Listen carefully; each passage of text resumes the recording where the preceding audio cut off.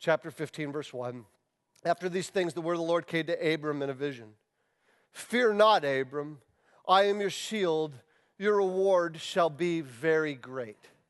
Now, that's actually a weird verse when you read it in context. A lot of times we do these Bible reading plans. We read one chapter at a time, and then we miss the context. We leap from chapter to chapter.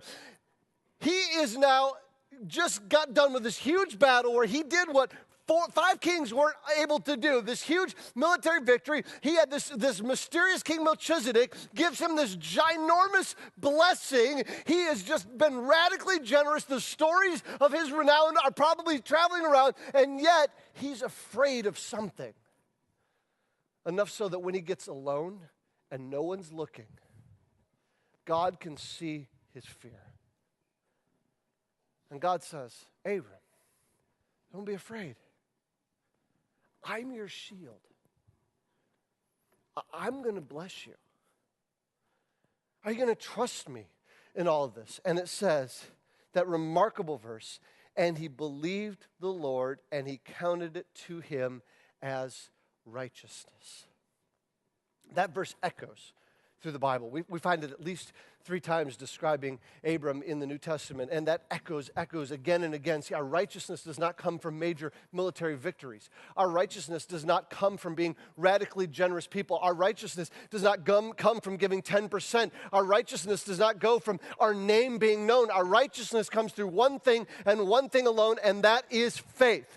It is faith, believing God that he is who he says he is, and placing our faith in now Jesus and Jesus alone.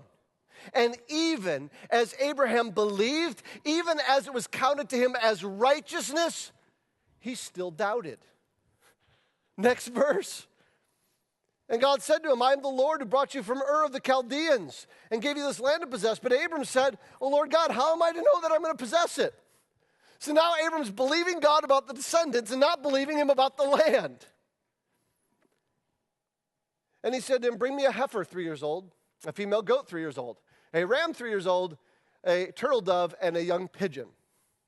And he brought all of these, cut them in half, and laid each half over against the other. But he did not cut the birds in half. When the birds of prey came down on the carcasses, Abram drove them away. Now, you can't miss all of this going on here.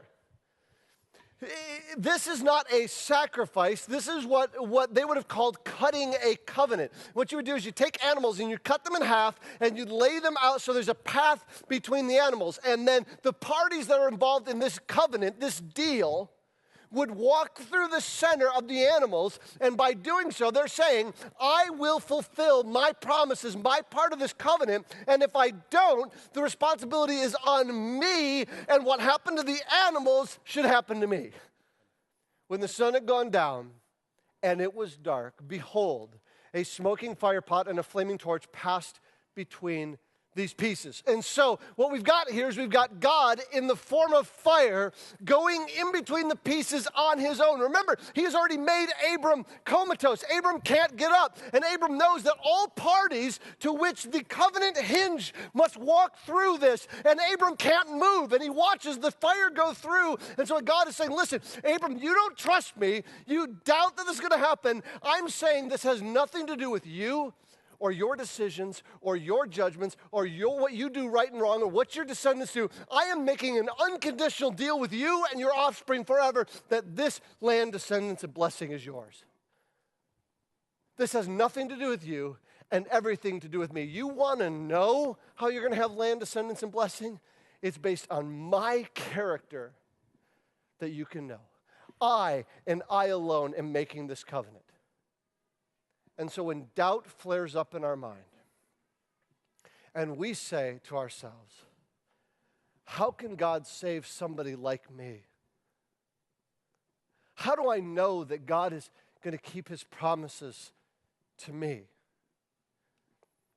We can look to Abram and how God just made him comatose and went in between the animals on his own and said, this has nothing to do with you.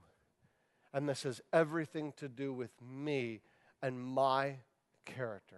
When we wonder why God keeps putting up with our doubt, why God keeps putting up with our sin, we could just look to Abram and remember that God made this covenant to him. And since God has preserved that nation of Israel, whether they're on the land or not, for over 5,000 years, he will keep his promises to you.